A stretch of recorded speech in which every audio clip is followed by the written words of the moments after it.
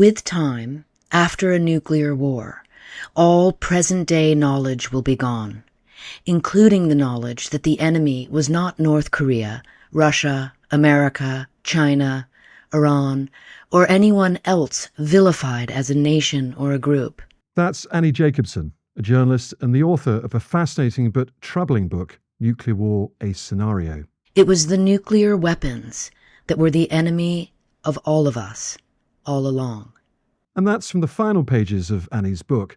And it's a book many of you have written to us about, in fact, not least because nuclear destruction has very much been thrust back into the spotlight, with Presidents Putin and Trump trading threats about restarting nuclear testing and whether they'll even renew the START disarmament treaty, which is about to expire. Annie's book is a stark reminder of just how real the threat of nuclear war remains. She walks us step by step through what would happen if a single intercontinental ballistic missile carrying a nuclear warhead were launched at the United States. Annie took me through what this scenario and the fallout afterwards would look like in some terrifying detail. Welcome to The General and the Journalist. I'm Tom, and here's my conversation with Annie. So Annie, thank you so much for joining us. Thank you for having me. So look, a bit about your book first, Nuclear War, A Scenario. It's been a huge hit from the moment it was published in 2024. It's been nominated for literary prizes left, right and centre. Donald Trump says he's read it, and even the Pope has been presented with a copy of it. It's a book of fact, it's not a fiction, and it paints what I think is only fair to say is an extremely grim picture of how, over the course of 72 minutes only, the world is very largely annihilated. We'll talk about exactly how this scenario plays out, your thoughts on what we need to do to stop it. But first, Annie, tell me about the genesis of the book. It's your seventh you've written. Why did you choose this particular subject now? It is my seventh book, and I wanted to show readers in appalling detail just how horrific a nuclear war would be. And the reason for that, because of course many people ask, why would a nice lady like you write about such a grim subject? But anyone who is familiar with my books knows the previous 6 books all deal with the Pentagon and the CIA on these very sort of catastrophically dark and complex missions that men, I write mostly about men, go on in the name of national security. And over the course of my decades as a journalist writing these books and spending hours and hours and hours with sources, I would often ask a similar question, which is, why did you do what you did? And the answer very often was, I wanted to prevent nuclear World War III. And so during the first Trump administration, when there was that fire and fury rhetoric from a president, I had never heard of that from a U.S. president before, I began to wonder what would happen if deterrence fails, if prevention fails. And the result is nuclear war, a scenario. But why now? The book published in March of 2024, and I was writing it largely during COVID. And if you can go back in history to that time, because boy, does that's certainly what it feels like. One of my representatives had said to me that he imagined that during a time like that, COVID, where everyone was stuck home on Zoom, that there might be some individuals who might talk to me who might otherwise be really busy. And he was right. Right? And so I was able to get, for example, a major interview that I did. Former Stratcom commander, General Keeler. And maybe your listeners there in the UK are not as familiar with Stratcom as some of us are in the US, but it is the command and control, combatant command for nuclear weapons. So in the event the president has to launch a counterstrike, he talks to the Stratcom commander. These are not individuals who chat with journalists. And I wanted to ask about your sources because so many of them are named. And for me, this is extraordinary, really, and really almost sort of unprecedented to talk about something so secretive with such a high classification up the secret ladder of nuclear policy, to get people talking about it anyway, let alone on the record. And I think you make a point of that, don't you? You publish your list of sources not in the index for some academics to pore over and other journalists like me to think, how does she get hold of that? But right up front. Why did you stick it up front? Thank you for noticing that. And yes, all of my other books do have the sources in the back of the book, but I wanted to be really clear to readers because it's an unusual narrative nonfiction format in a scenario form. I wanted readers to realize, wait a minute, this is coming from legitimate, high-ranking command and control individuals who have direct access to the president. My God, is this what they are saying? And then, of course, you find out in the book it is. But this brings me back. Let me make another point about your original important question, which is, why did these people talk to me? And this has to do with the fact that during COVID, many people said to me, many of these generals that I was interviewing said, good thing, Annie, that you're writing about this. People have forgotten about the threat of nuclear war. That is literally what was said to me in imagine this was the reality. This was before the war in Ukraine. And so, as I continued to write the book, I even had experiences when I was going back to individuals to just double check quotes and get a follow up and things. There was a little bit more of a hesitancy once the war in Ukraine started about talking about this. That's when Putin started moving the submarine. So you had this incredible, heightened, existential global threat returning to the theater just as my book published. Well, that's certainly true. And this is absolutely what this podcast was created for and is all about, the collapse of an old world order where there were rules, and that includes nuclear weapons as well. The rules are rapidly and very worryingly eroding.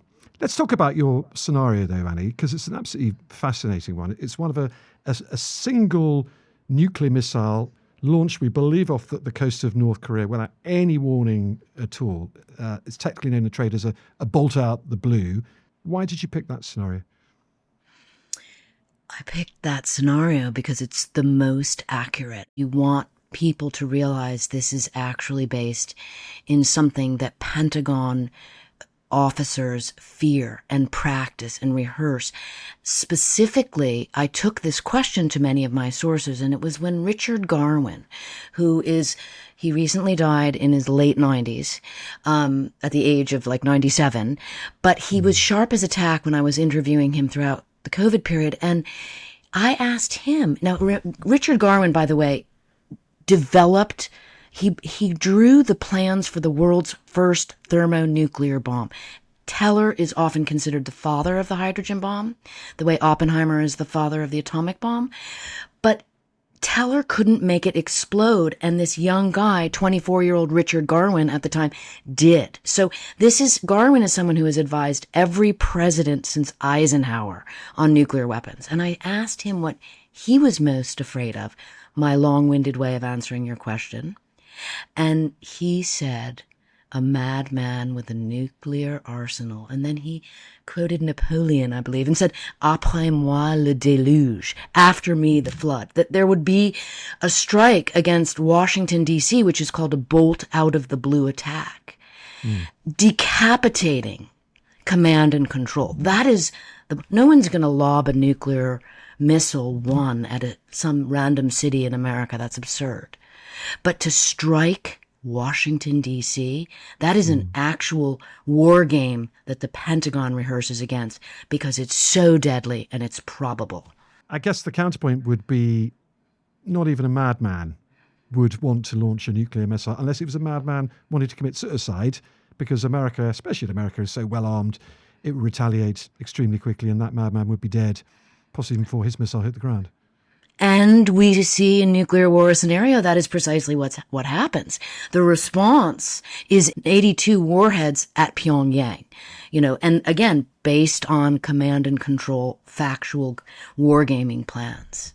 And of course, not to be the spoiler alert, but then Russia gets involved because it is, of course, the full-scale nuclear exchange between Russia and the United States that could and would end the world. And your plotline, so to speak, was based on something called Operation Proud Prophet from 1983. Tell us about Proud Prophet. So the nuclear war games are so classified, it's shocking to realize that only one of them is released, and that is called Proud Prophet that you refer to from the 80s. And I reprint a page of it in my book And you look at the page and it is entirely blacked out except for one word, scenario. And so readers might say, why on earth am I looking at this? And the point to be made clear is this, because you cannot discuss a nuclear war game with anyone or you're going to go to prison, okay? However, if it's declassified, you can speak about it in a general way. And that is what I was able to do with Proud Prophet, because it exists. Even though the specifics are still classified, the general idea isn't. I could get people to talk to me about it. And of course, the understanding that is terrifying to everyone and should be is that no matter how nuclear war begins, it ends only one way, in total nuclear annihilation. And that is the truth about Proud Prophet and every war game. And let's get there, but let's start at the beginning, shall we? In your scenario, for listeners who haven't read the book yet, what is the first moment of detection? How is the launch detected? Imagine to learn, nuclear war begins in the first fraction of a second after a missile launches at the United States.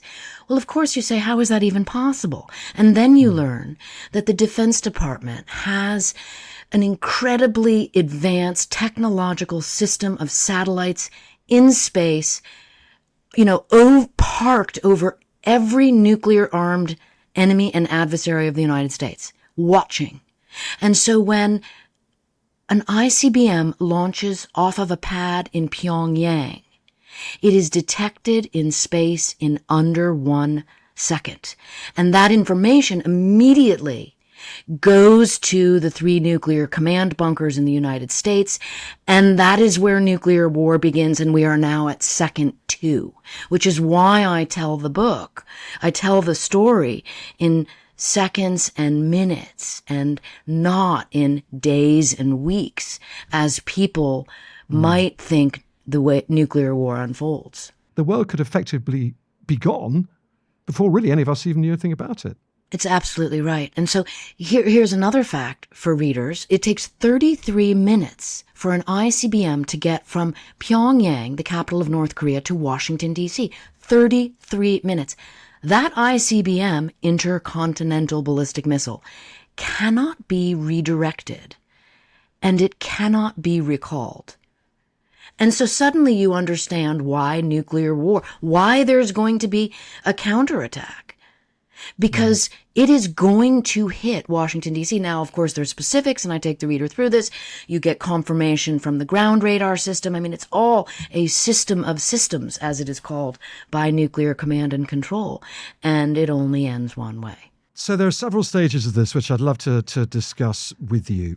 The role of the president, I think, is absolutely fascinating, isn't it? So much weight, such big decisions, basically what to do when there's an intercontinental ballistic missile, probably nuclear tipped, heading your country's way.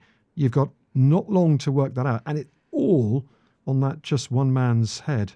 Did that surprise you to discover that so much weight falls on one man, that there isn't this phalanx of advisors, an army of officials all telling him what to do at that moment? It surprised me, and it should surprise everyone. And it's no surprise, of course, because, the United States has a policy that you're referring to called sole presidential authority. It's exactly like it sounds. The president is in charge of a nuclear weapon, of a nuclear counterattack.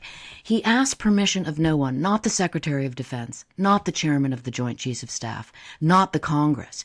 And during the first Trump administration, the fire and fury rhetoric that we referred to earlier, Congress actually did a research project on this to confirm that there was, in fact, sole presidential authority. When you learn that the members of the U.S. Congress don't even know this, you suddenly have a little bit of breathing room. I think this is very important to me as a journalist. I'm not the only one who doesn't know this, but I should. This should not be esoteric nomenclature that no one understands. We are all going to die. In the event of a full-scale nuclear exchange, 5 billion of us are dead. Why try to make this more complicated than it is? Yeah, you're giving away the ending, Annie, before we get You know there. what? So, Spoiler alert. Everybody should know it. Continue to listen. You should want to read the book and go, that's impossible. How can 5 billion people die? And again, science fact, not science fiction. Let's just take it apart before 5 billion die. What is the protocol for alerting the President of the United States to an incoming nuclear attack? You've got the satellites triggering the launch. Stratcom in Nebraska's gone crazy, but they're all sitting there waiting for something. So anyway, that's their jobs. Who tells the president? How is he told? It's a really big deal to tell the president, sir, ...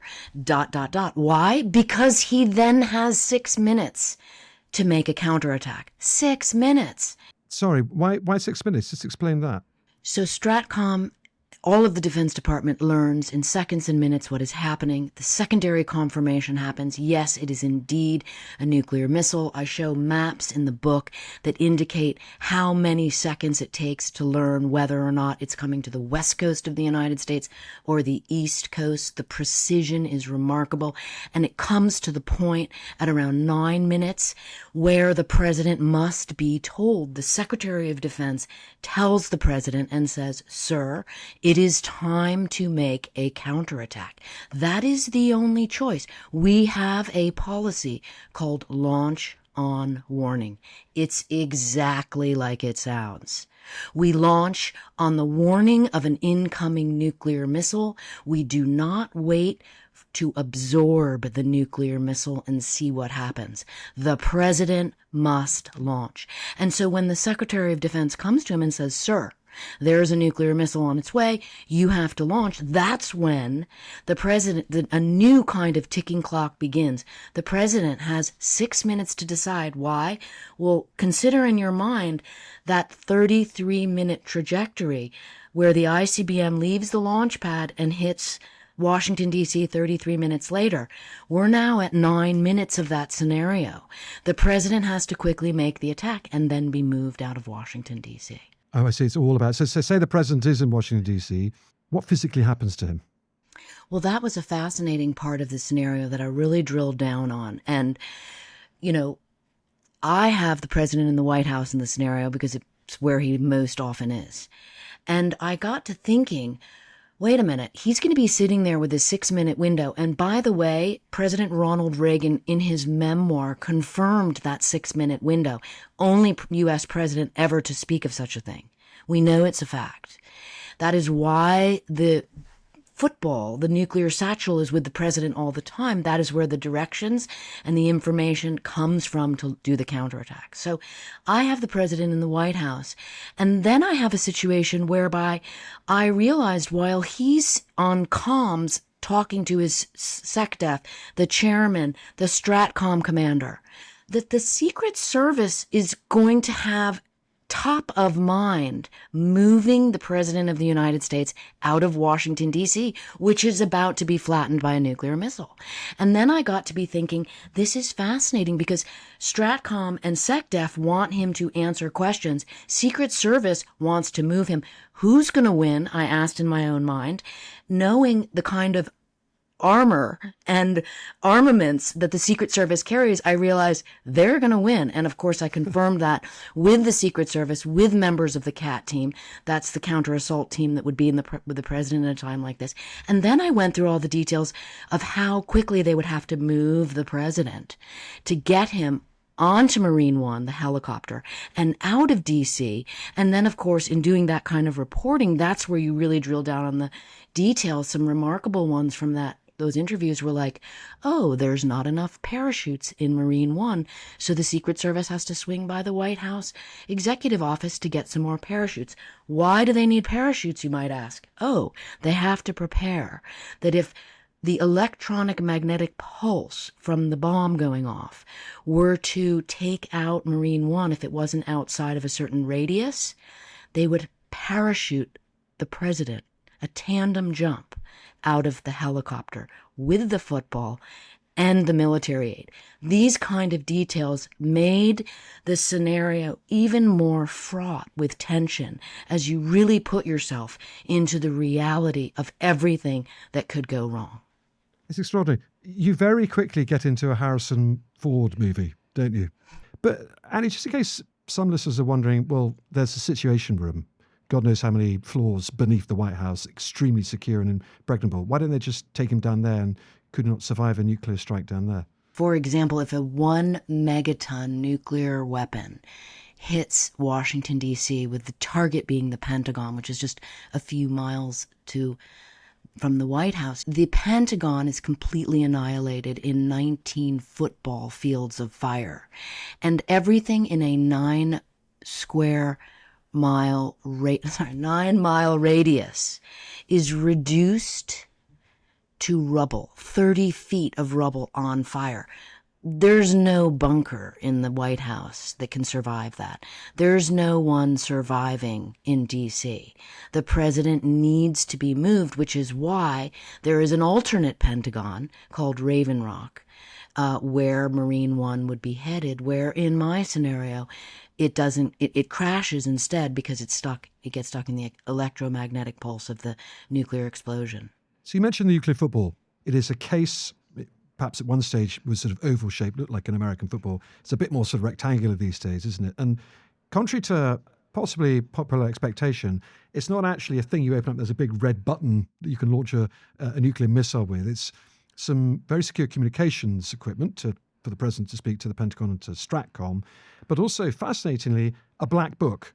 In other words, a laminated menu of options of what the president could do, what kind of retaliation, what kind of strike he should order, laid out very simply with nice graphics for him to understand. I think someone somewhat disparagingly called it the Denny's menu after the US fast food chain. It's a very classified situation you're talking about. Only one person has ever spoken about it on the record that with direct knowledge, and that is the military aide who did call some of the documents inside of it like a Denny's menu, and he was talking about how the president, chooses this city and this number of bombs. We kind of get the sense that it's just columns of choices. I interviewed 2 people who had direct access to that, one of which I found really disturbing, which is that it's called the Black Book because it involves so much death. And the other detail I found disturbing was that, and I'm referring to an interview I did with Professor Emeritus at MIT, Ted Postal, who used to advise the Navy on nuclear weapons. And he wrote some of the calculations in the Black Book. And when I say that, I'm talking about how many people would die if X number of nuclear weapons hits X, Y, or Z city. And he looked at the Black Book after he had done all these calculations, which were very involved and had a lot of narrative detail and kind of really made clear how many millions of people would be killed in certain strikes. And he was shocked, he said, when he looked at the actual Black Book, because it was almost like a formula. And what he said to me was he realized in that moment that the president would have absolutely no idea, really, about what it was he was ordering, that it was just so watered down to a clinical strike that I begin to see in my mind where that Denny's menu concept came from. It's kind of like, I'll take some from A and some from B and then, hold the bacon. But you're talking about people dying, millions of people dying. Can a president decide not to retaliate? I was told by every single individual I interviewed that is not how deterrence works. That is what they said. Meaning, the concept of deterrence is we have all these nuclear weapons pointed at you on ready for launch status. By the way, America has 1,770 nuclear weapons ready to go in as little as 60 seconds. Russia has approximately the same. And the reason is we have them ready to go, and if you dare launch on us, we will annihilate you. That is what mutual assured destruction means. And so no person in command and control is ever going to give you room to say, well, then again, the president might change his mind. Nuclear missiles, they take out entire cities. They can even take out entire sort of coastlines if you fire enough of them. But that's still tens or hundreds of millions, not into the billions. So why do you talk about global Armageddon, billions and billions of people disappearing rather than fewer? There was an incredibly frightening technical detail I learned, which is that, so in this scenario, we've talked about Pyongyang strikes America with a single, then a second. America retaliates with 82 nuclear missiles. That is the formula. And 50 of them are from ICBMs in the Midwest, and the remainder come from sub-launched ballistic missiles on our submarines near Russia. There is a technical problem that our ICBMs, to get to Pyongyang, must fly over Russia to get there. In other words, they don't have enough range to not fly over Russia. And this is a fact I confirmed with Secretary of Defense Leon Panetta, because you just can't even believe this is accurate. And imagine this, even if you had great relationships with Russia, which of course we don't at the moment, calling them up and saying, oh, those 50 nuclear missiles they're just going to fly over you. They're not going to hit you. They're just going to fly over you. Take my word for it. Take my word for it. Well, that's impossible, and that's not going to happen. And so in this scenario, spoiler alert, Russia launches. And when you launch nuclear missiles, you don't launch 1 or 2 or 3. If you are the United States and Russia at one another, you launch the mother load. And that is what happens. And that is why there is this full-scale nuclear exchange, which General Keeler referred to in our interview. After you have 1,000 or more nuclear weapons striking the world, because of course Russia is going to take out Europe with its adversarial position toward NATO. And after all the fires finish burning, and these, imagine fires with no one to put the fires out. You're talking about the countries burning down, all cities burning down. Then you have what is called nuclear winter. And this is scientific fact, not scientific fiction. And nuclear winter is the result of billions of pounds of soot from those fires burning, being lofted into the atmosphere and blocking out the sun's warming rays. And without sun, you have the temperature of the entire world, particularly the mid-latitudes, drop by tens of degrees. And large bodies of water freeze over, and agriculture fails. And when agriculture fails, people starve to death. And that is where the billions of people die. And the calculations today put that figure at 5 billion dead. I mean, you haven't mentioned radiation clouds and poisoning, and perhaps you don't even need to with that extraordinary description. There's that amazing Nikita Khrushchev quote, isn't it? The former Soviet leader. In any nuclear war, the living will envy the dead. That is right, and that is haunting, and that should haunt all of us. Annie, a nuclear winter is obviously an incredibly bleak scenario, and one you've just very eloquently and scarily painted. However, there is a way potentially of stopping it, and that's missile defences. In other words, firing a missile to hit that incoming ICBM from North Korea to Washington, D.C., and there is no need for a nuclear war, potentially. Just how reliable is America's missile defense shield? America has a total of 44 interceptor missiles. 44. Just do the math. Trying to go up 44 up against 1,700, it doesn't work out well. And the other thing to keep in mind is that scenarios like the Iron Dome, people, think about that system in Israel that is largely made up of American technology. Those are dealing with short-range or intermediate-range missiles. An ICBM is flying so high above the Earth. You are talking about an interceptor missile trying to take out a missile. As I write in the book, which is a quote from the Missile Defense Agency, it's like taking out a bullet with a bullet. Before we get into the success rate, why only 44 ground interceptor missiles? Why has America got so few when they know that Russia's got 2,000 to throw at them in 60 seconds?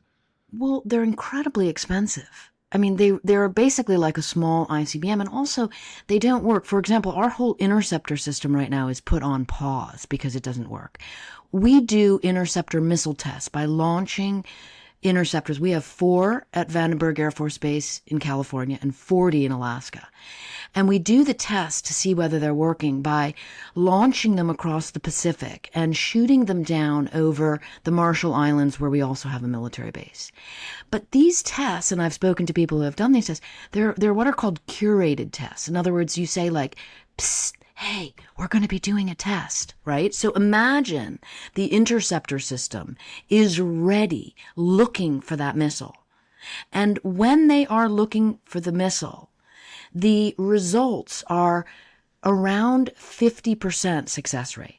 That is an actual fact. And so imagine what that would be, how that would reduce in a moment of crisis. Again, they're only 44. And so in my scenario, what the generals took me through is that one missile incoming to Washington, D.C. would result in the use of about 4 interceptor missiles, because that would be appropriate. I also learned from Lieutenant General Charles Moore, who was the deputy commander of Cyber Command, that the interceptor missiles do not have this technology. It's called look, see, look. They can't, they're not smart enough to track and say, oh, we missed that one, so let's get a new trajectory. So in essence, you're just firing off 4 shots. Each only has the same chance of shooting the missile down. That is why, in my scenario, all 4 fail. Well, let's get on to a slightly more positive way of looking at this, shall we? Which is, your book is not just a particularly grim way of viewing the world that would suggest we might as well just go and pack up, go home and wait for something that's not inevitable, but there's a fairly high chance of us all being wiped out for. There is something that can be done, in your view. Actually, if you look at what's protected us throughout the Cold War, throughout the existence of nuclear weapons and beyond, it's the concept of mutually assured destruction, which we talked about a little bit. In other words, if you throw a nuclear missile at me, I'll throw one back at you, and everyone's going to die. And, even madmen want to survive. Even very, very corrupt, awful regimes don't want to fall and get, incinerated. So I guess the question is, what's changed? 2 thoughts on that. I mean, I totally agree with you that we are at this sort of razor's edge of things. I mean, the UN Secretary General Antonio Guterres said, we are one misunderstanding, one miscalculation away from nuclear annihilation. So that must be known and must be understood. So the more that world leaders can understand what could happen, I think people are in a better position to make it not happen. But shall I end with one positive note, a story about former President Reagan? Please do. Okay, because, you need to have some degree of hopefulness in all of this madness. And this story involves President Reagan, who came into office a nuclear hawk. In the height of the Cold War, he believed more nuclear weapons made America more safe. And one night, he watched an ABC TV movie called The Day After. His chief of staff didn't want him to watch it, by the way. He watched it, and it's a full-scale nuclear exchange between the Soviet Union and the United States. And it made him depressed. He wrote that in his White House journal. And as a result, he reached out to Gorbachev, realizing that this is complete madness. In 1986, there were 70,000 nuclear weapons on the planet. 70,000. That is insane. That was the peak, wasn't it? That was the peak. That's the all-time number. Most of them were divided up between the United States and the Soviet Union.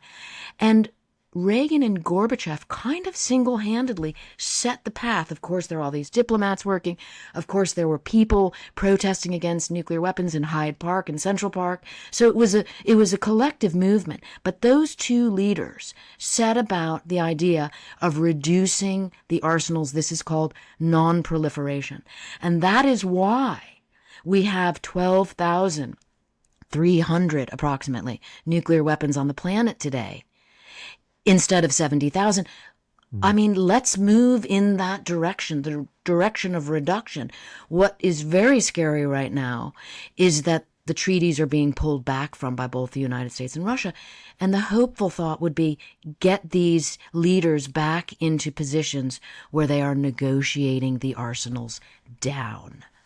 Well, it's a portentous time, isn't it? Because we've got the START treaty talks we hope about to be in. We don't know. That is something between Putin and Trump. The START treaty currently expires next February, so we only have about 12 weeks to go before we see what happens there. Worrying times. Let's end, why don't we, on a question from another listener, Neil, because hopefully this will sum it up, your point up. And Neil asks us, do you believe that nuclear war is now inevitable, Annie? I don't think so. I don't think it has to be. I think, and I make that point in the end of the book when I talk about, Einstein's quote when he was asked what he thought would happen with nuclear weapons. And he said, I know not with what weapons World War III will be fought, but World War IV will be fought with sticks and stones. Are we really, as a human race, crazy enough to bring us back to hunter-gatherers with a nuclear war? I hope not, and I believe not. Well, that is an uplifting note to end. My final question for you personally, though, your 8th book, how on earth do you choose another subject matter? You've just done the total utter destruction of the world, albeit with a potentially positive outcome and a way out of all this. Where do you go from there? Wait and see. It's coming soon, shall we say. Annie, thank you so much for your time. Really appreciate it. It's absolutely fascinating talk. Thank you so much. Well, that's it for today. Patrick will be back next week. Do drop us an email. The usual address, generalandjournalist@thetimes.co.uk. That's generalandjournalist@thetimes.co.uk. Or if there's anything else you want to tell us in general, questions, points you want to make, they're all really useful and we'll read every single one of them. Thank you so much for listening. See you next week.